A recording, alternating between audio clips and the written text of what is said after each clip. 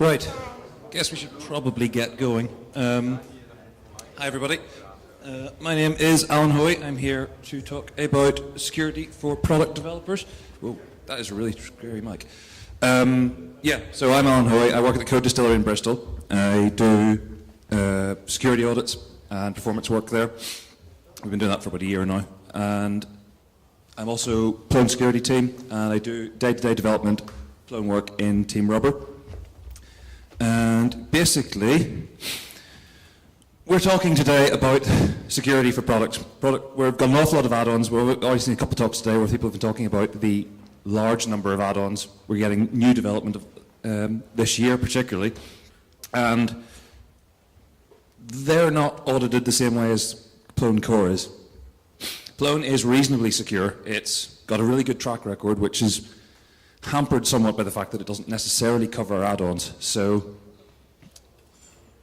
here we want to see, we just want to talk about what we want to do about as add-on developers, whether you're publishing this publicly or not, how you can sort of, mostly what goes wrong.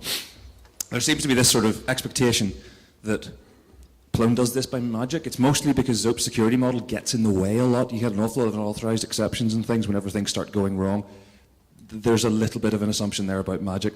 It's all pretty well documented, and I think the vast majority of people are at least trying to do the right thing. The danger is that there are some things that go wrong. There's some places where your little gotchas here and there, which are the problems. That's really what I want to be talking about today. Basically, just going to go through a list of all the sort of these little gotchas. It's based pretty much on stuff that I've seen myself, either in Plone Core, add-ons, or stuff I've written myself. I'm not all immune from this. Hopefully this won't turn into Alan's ranty half an hour. I do get a little bit wound up about this sometimes, as you will know if you ever meet me in the pub whenever I'm in that kind of frame of mind. This talk is really just about what happens if you don't pay attention, and if you let stuff slip through, it's quite easy to accidentally let your system your entire site get owned, which is not fun. If you haven't thought about it, you're probably vulnerable, but that's okay. It is. It actually is. I mean, if you're open about it, that's good, and we can help you if you're worried. So, hopefully, a lot of this stuff should be well known by everybody, and it shouldn't be scary. It should really just be a little bit of a refresher to it. But if there's something new, that's good. So, let's have a little chat first about what we actually tend to see as vulnerabilities in Plone. It tends to be, we're not big SQL people, so unless you've actually got SQL connections in there, unless you're actually managing to use them wrong, you're pretty much not going to see very much of that. You're going to see stuff like this, where we have invalid data, which is kind of a subclass of denial of service attacks, where you're really just denying admins access to doing what they're trying to do, particularly with things like ratings and things, where you have a system with browser reviews and things get it wrong. Dangerous things like this is Zope does a lot of stuff for us, like argument conversion on request. So you can get the form to automatically convert the arguments to lists and dictionaries and integers and things. And you can do quite a lot of shenanigans with that. You can basically break most stuff that doesn't explicitly test what it's doing. Archetypes and dexterity do a good job of actually checking that for you, which is good. It's only really custom code that suffers from this problem. And obviously we've got the standard real denial of service attacks. They're, pretty much not a lot to say about that. We tend to run, I think Matt's talking about security tomorrow, or not security, performance tomorrow. We tend to run Zope instances with a small number of threads. There's a small number of worker threads across a fair number of actual processes. There's actually you're only looking at sort of 10, 15 potentially actual threads capable of handling requests. If you tie all those up, your site goes down. That's sad. So, other stuff we've got here, cross-site scripting, and by extension, cross-site request forgery.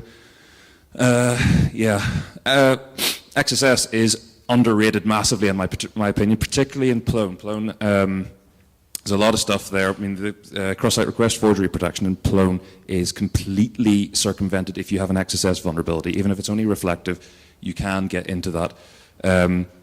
Browsers do a good job these days. Chrome in particular does a really good job of stopping reflective attacks because it'll detect the script tags in the exploit.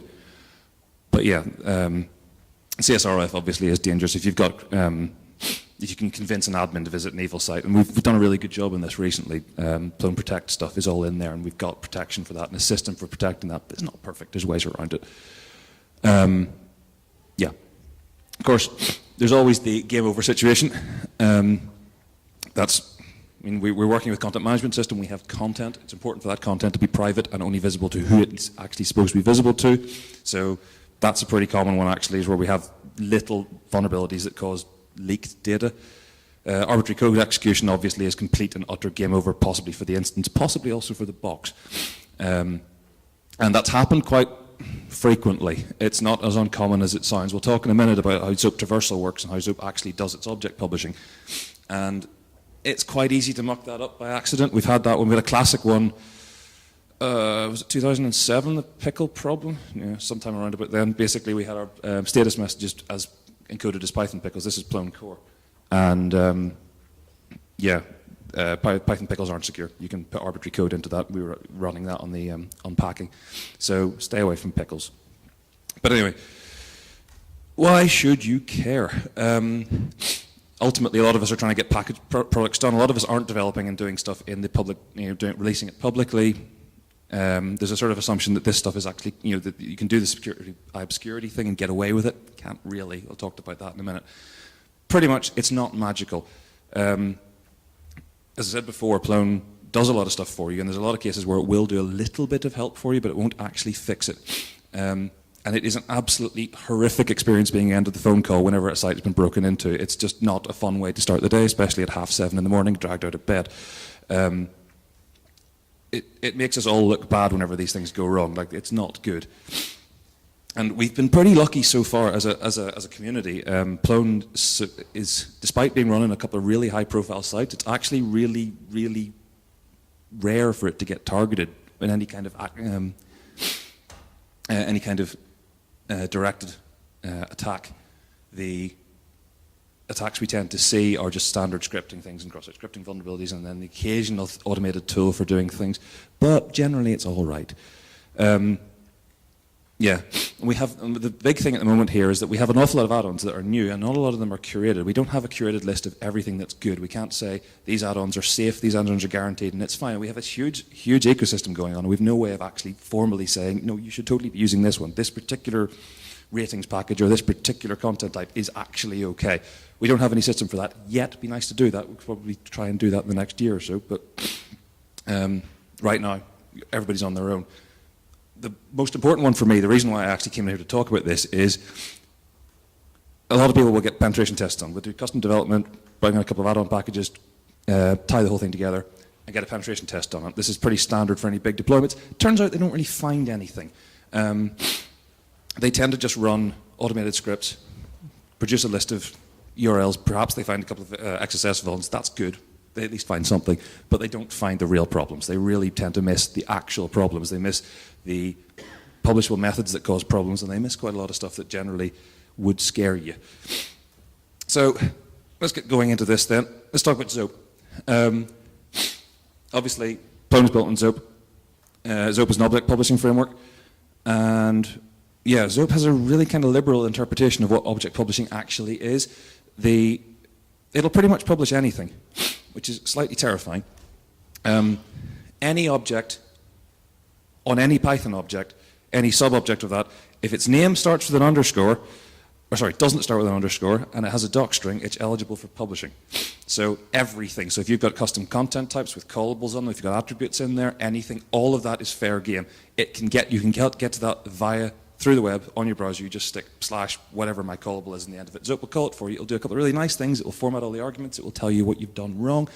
It'll do a lot of work for you. Obviously, callables count as object. If you can get to it, you can usually call it.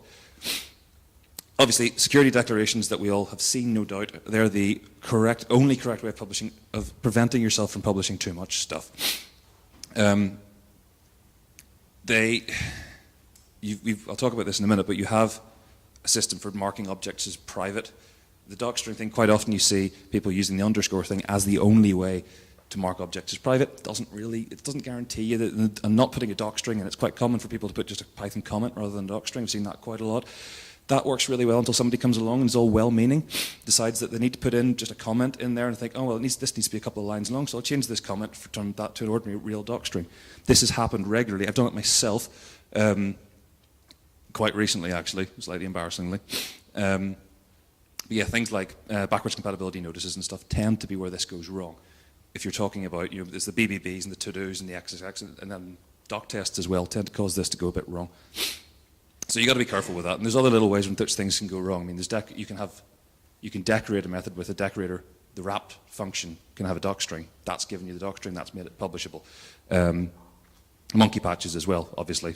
They need to have their security declaration set up correctly, unless you're overriding the method that's already there. We had a great, fantastic one last February that was based around that one. You probably all remember that one. It was the biggest hotfix we've had in a long time. But yeah, so it's not quite everything it publishes, to be fair. It'll publish it. There's a few things. There's basically that list is hard-coded in Zope. That's the list of things it won't publish. It will just say, no, I'm not doing that. Thing is, that's not a very long list, and there's quite a lot of stuff. And there's things like the persistent versions of lists, dictionaries, and things. That stuff is all fine. It's just they happen. I think I'm not sure if they're implemented as subclasses or something slightly different. But basically, they're publishable. This stuff has got a doc string, and it doesn't start with an underscore. It's publishable. So things like persistent dicts are publisher. That leads up to some really kind of interesting vulnerabilities where people are storing things. Like, for example, annotations. If you can get to the annotations object, and the annotations are normally stored in an attribute under annotations. If you can get to that, it will publish because it's a persistent dict. So you've got to be careful with that sort of thing. So that's Zope, and from here on in, it kind of starts to go wrong. At this point, that's kind of Zope core. We've got this problem. Zope is a bit lenient about what it will allow you to publish. That's fine. As long as we're paying attention to this, it is a perfectly viable security framework. It just gets in the way a lot. So all I really want to try and encourage everybody to do here is to look at your own code from the perspective of an attacker. It's very easy, especially whenever you're trying to get stuff out the door, and having been there so many times myself, where you just have to get something working, and once it works, you can pass it, you get tests to run, passes acceptance tests, and it's out the door and you're fine, and you never think about it for another 6 months until you look at it and go, oh, that's a bit wrong. Yeah, so you just need to have that slightly mischievous eye about everything you're building. I mean, if from an attacker's point of view, for attacking a Plone site, you're looking at finding the objects that are interesting, finding out what they are, and then finding out how to exploit them. That's pretty true for it's true for any framework, but we'll basically run through that order from now, and how you can actually go about doing that, and what you should be trying to avoid. So yes, as we've covered this, Zope will publish anything, pretty much anything. And it'll traverse anything. The rules for traversal are pretty much the same as the rules for publishing. And I really need a cool tablet. As long as you have the appropriate permissions on the object, as long as the rules list on the object is fine, then it'll traverse through it. Now that means anything. You're talking about Python modules, Python callables, Python anything. We've had this happen before, where things like the OS module, if you import that in a class declaration that's declared on the class, the OS module has a doc string. It happens to be the license agreement, or the license text for it, but it's a doc string as far as Zope's concerned. So it will publish that, and it will publish methods inside that, and it will cleverly help you get to os.system and then own the box. This has been real vulnerabilities, happened multiple times. Again, well-meaning stuff just happens. If you know about it, it's easy enough to avoid. Just as a worth a note here is restricted traverse and unrestricted traverse. Please don't use unrestricted traverse unless you're absolutely sure. And whatever you do not return straight the result you get from restricted traverse back, because it doesn't have the same protection that the actual publishing machinery does. So if you restricted traverse to a string and then return that, it's fine. It'll return that string. So things like, as long as the attribute doesn't start with an underscore, then you can get to it. The good example of that one is the mail host username and password. If you open up restricted traverse, you can get that out. You're pleased to know it's not open. So, object enumeration. If we've got a folder, got a content type, or just a site root, you want to be able to find out what's in there. This is an awkward one because I wanted to talk about something and it turns out I can't. But basically, there are a bunch of built-in views in Plone, and you probably all know them quite well. You've got folder contents, there's a few helper classes or helper methods for generating that. And do not assume that because your object is got a magic ID that it's hidden. It's not. It's absolutely not. Now this keeps happening, and I keep seeing this, and it really, really winds me up because it's totally bypassable. You can have if you can see it, assume that anybody else with your permissions can see it. If you want something to be hidden, hide it properly. Keep it private. Keep view permission away from anonymous users or whatever users you want to hide. You can write tests for this stuff. I don't have an example on me, but you can write good tests for your security assumptions, and they do work. It's all good. As I said before, this stuff is really well documented. I don't really want, I'm avoiding sitting and talking about the right way of doing this because it's more interesting to see what happens when it goes horribly wrong. But yeah, so object identification then. Excuse me. So Zope will publish pretty much everything. We've covered this, and that's going to keep coming up again and again and again. The Z publisher is slightly evil, and I have a bit of a love-hate relationship with it because of this. But we have things like Dublin Core. Dublin Core metadata is things like description, title, and all sorts of other bits and pieces. One of the attributes for Dublin Core is type. Type will give you the content type of an object. So I can find out as an attacker what your site is. So we say you've got an object in your site root called annual report. I can find out what the content type of that is, and that's brilliant for Google because basically, this stuff tends to end up in GitHub. We're all being really good and social and collaborative about this stuff, but when it shows up, I can just Google it. GitHub will show it up. I've got the source to it. I don't really need to muck about. Zope, as I said before, Zope is actually helpful. And if you get a method and you find a method and you push the wrong parameters to it, it will give you a nice little error message and tell you exactly what you should have passed. Obviously, you can't enumerate the methods remotely. But with GitHub, you don't need to. Obviously, the protection from that is you need to get it right if you're doing it public, and please do it publicly. That's not an excuse to do things. It's not an excuse to do security by obscurity, because that's generally a bad idea anyway. There's always a way around, and you can sort of assume things like archetypes generate a very well-known the accessor and mutator generators for archetypes generate absolutely guaranteeable method names, and if you've got the field declarations, the field security set up wrong, it's quite easy to bypass that, and especially if you're doing things like customizing views to hide fields rather than doing it properly. And you can just hit the accessor and read the data out of it. So when you're actually generating a class, when you're actually doing Python code, you've probably seen this, class security info. Everything that you write should have one of these declarations on it.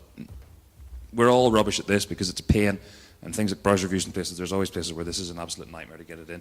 But absolutely everything needs to have one of those 3 lines above it. There's a decorator version of this that the guys at the conference last year did. I haven't used it myself. I'm told it works.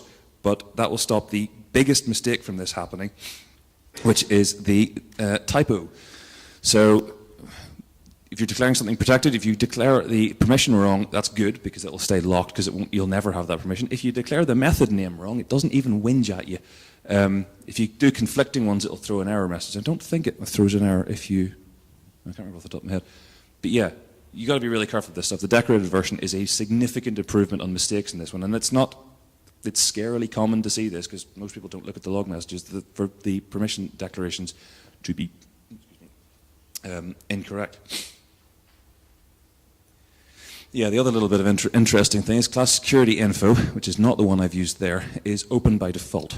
There's an alternative version called class security information, which is closed by default but doesn't work because quite a lot of bits of add-ons and things rely on the fact that they can write to arbitrary parameters without actually having any, it makes assumptions that it shouldn't. Yeah, at some point we'll try and get this fixed. I don't know when. It's mostly dexterity that's affected, but basically if you try and actually lock this thing down and if you want to get out of the situation where you have to put a security declaration onto everything, then at the moment you're kind of stuffed. But again, this is stuff that, we are where we are. We can fix this. The way these things work is this security object, it doesn't actually continue to exist when the class is finally instantiated. That gets deleted. There's a thing called an initialized class which actually sets up all the permissions and all the rules and everything. When that actually finally gets called, deletes that security object, sets under rules attributes. all over the object. And that's how the actual permission security method works. That stuff's, again, all pretty well documented. I won't bore you with it now because it gets a bit sore in the head after a while.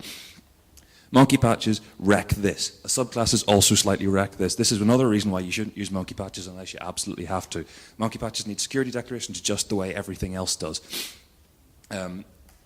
Yeah, don't need to say anything else on that one. Again, this thing we had in February is a monkey patch problem. Not fun. It's a fun one. ZMI properties. This seems to be kind of scarily not well known. If you can see an object, you can see all the properties. So I'm pretty sure the permission is access contents information. I meant to dig that up, and I've got a little note here that says dig up what the actual permission is, and I haven't done it. But pretty sure it's access contents information. But if you can see the object, you can read the permissions.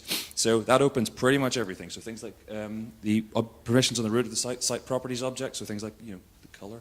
There's other places where it's more interesting, like you can read everything into the types tool. This is all open by default, easy to enumerate. You can get all the properties, keys, and values. You don't need to do any guesswork on this at all. It is incredibly tempting, and we've done this, to use this for things like API keys, because it's a nice mutable place to put properties. And it turns out that you can read them if you do that. We've done this with Facebook API keys and had a sort of horrible sort of moment whenever we had to really undo that, because they are all just there. I mean, you can read them. So don't put your keys in there. Don't put anything in there. I think somebody was saying this the other day. There's a big movement, possibly even a sprint here, about getting Plone settings into the registry. Keep stuff in the registry. The registry is a nice place, and you can't read it through the web. Stay away from the ZMI. When it dies, I'll be a happier man. Browser reviews. Actually pretty secure. Don't really have a lot to say about them. Some interesting stuff. There's one important thing. Please don't do this. I keep saying it, and I keep getting really, really rageful about this. Browser reviews, old browser reviews, the ones that inherit from products 5, have a whole bunch of backwards compatibility. Basically, anywhere you see BBB in code, there's something vulnerable. They're acquisition aware, so you can have stuff inside them. What you've done there is the security declarations on browser reviews are really good. When you set up a browser review, it correctly marks all the objects as private and only lets you hit call, or if you're having a browser review that hits a specific method or you've allowed a few in, it'll only allow access to the ones that you specify in your ZCML declaration. If you do this, you've just undermined it. Everything you declare on the object in it is accessible and traversable. So there is a good example of how you can get into the annotations without realizing it. Annotations, which some of us, ourselves included, have been known to use annotations for things like private keys and things for doing secrets and signing and things. And the annotations turned out to be not that secure if you do things like this. Bearing in mind here, you only need one browser review registered for star for this to be a problem.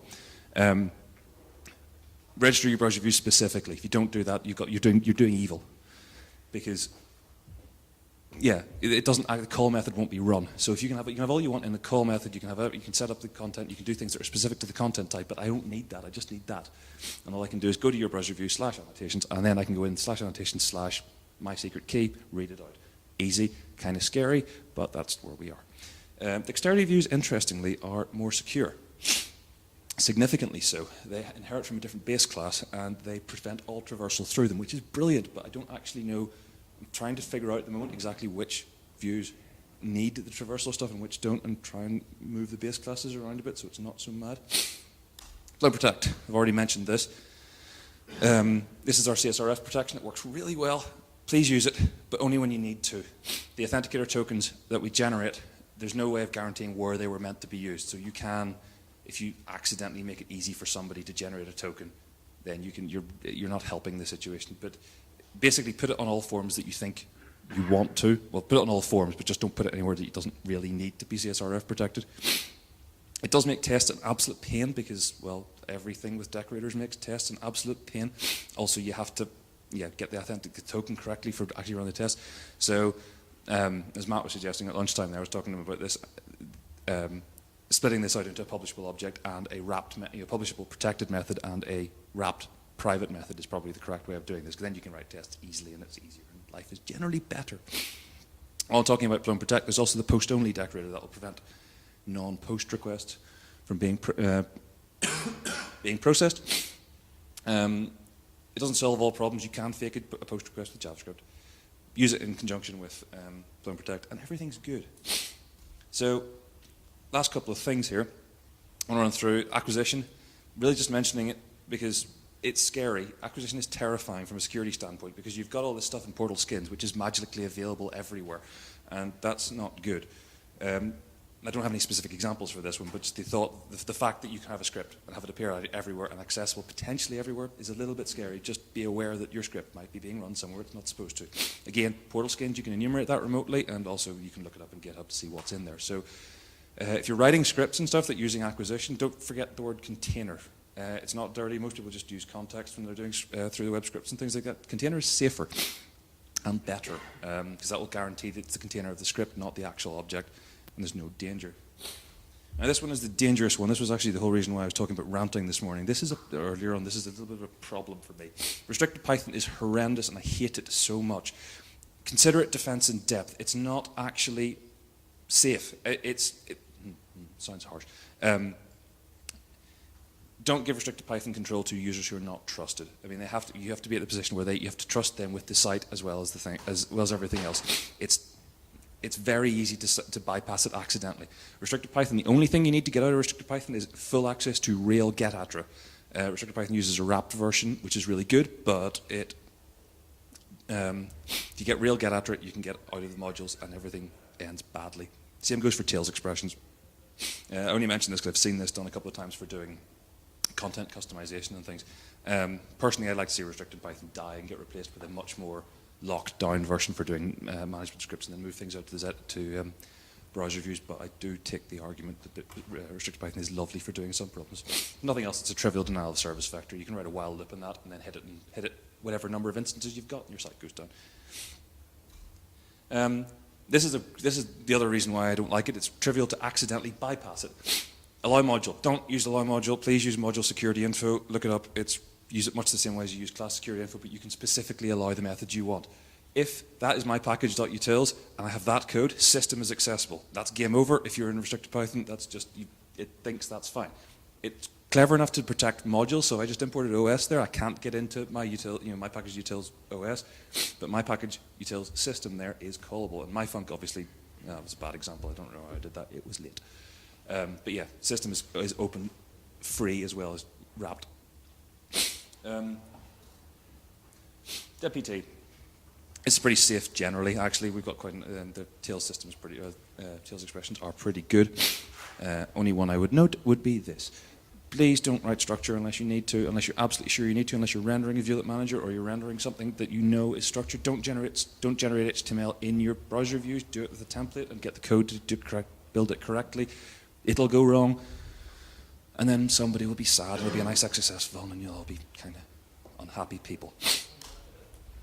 Yep. Final thing then is deployment, which is I know technically doesn't strictly come under the remit of doing security for product developers, but since we all are getting roped into the whole DevOps culture thing, then we all end up doing this. Hot fixes. Please don't miss hot fixes. They're really trivial to reverse engineer. It's one of the great fun things about Python. You can just open the hotfixes up and see what we fixed. We do our best to try and keep them from being ridiculously easy. We don't, they're not basically packaged up exploits, but they're a bit scary. Don't hide things with Apache. It's not an uncommon one for people when they get a little bit scared to hide access to ACL users. That is really trivial to get around. There are a lot of ways in Zope to mung the path. As I mentioned briefly earlier on, the parameter conversion stuff that Zope supports. It'll do things like lists and dictionaries. It'll also let you set a callable that it'll call. Now remember, that's just part of the parameter, so you can put that in a post request and hide it. You can basically get requests that do not show up in the log files. That's scary, but if you get your log set up right, that's not a problem. There's also a fun one about doing it with HTTP methods, but I'll tell some people about that in the pub, because it's more scary. AQParent is a fun one. AQParent, which you've probably seen, actually through the web accessible, so you can keep going back up, so you can find other sites and people's instances and stuff. So you've got to be a wee bit careful about this stuff. And since I've already run out of time, that way I can hide all the questions, or no questions, hopefully. Right, basically that's me. I hope that's been useful for you. I really just want to brain dump upon you the kind of things that go wrong, and I hope that's kind of done something. If you want me to rant about this anymore, I'll probably be in the pub later, so I'll be happy to talk to anybody. Any questions?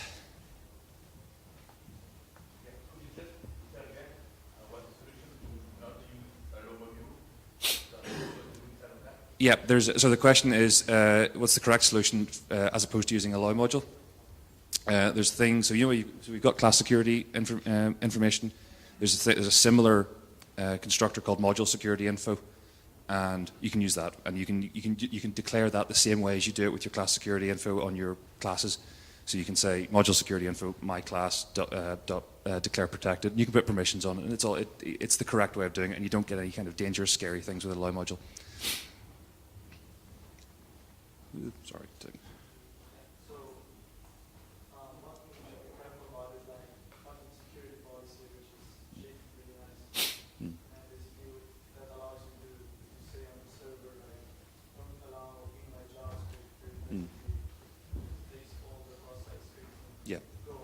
Yeah. Yeah. Basically, be careful. We have the technology. I mean, Plone has got built-in filtering in it, but for things for actual content, for things like inline JavaScript and stuff. But it's very easy to. Again, it's kind of easy to bypass if you're doing work on it. We tend to close a problem in the safe HTML transform about once every few months, so it just seems to keep coming back, and I hate it. But I might sprint on that and build one that doesn't suck. Yeah, so you want to keep using. You want to just be careful about what you're letting people do. And again, there's part of this, as is always the case with security, part of this is a social problem, and you need to make sure that people actually understand that the system will not do everything for you. And some problems, security related, are social problems. Like if your admins are deleting all your content, that's not good. Anybody else? Are you gonna? Okay, sorry. Well, I'll be in the pub. Thanks, guys.